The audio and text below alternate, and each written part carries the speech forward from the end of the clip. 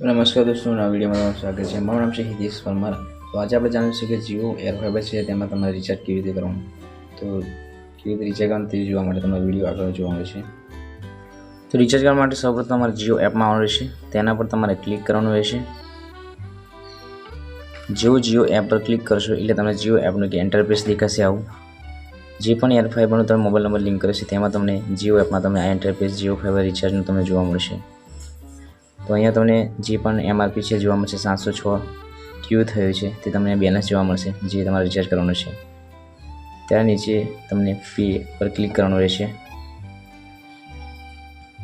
Pay bill પર click કરશો એટલે તમને નવું એક ઇન્ટરફેસ જોવા મળશે।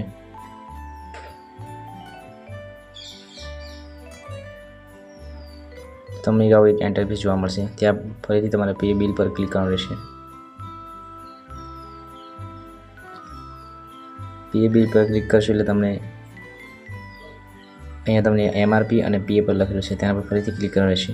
અહીંયા તમને ઘણા બધા ઓપ્શન મળી જશે જ્યાંથી તમે રિચાર્જ કરી શકો છો।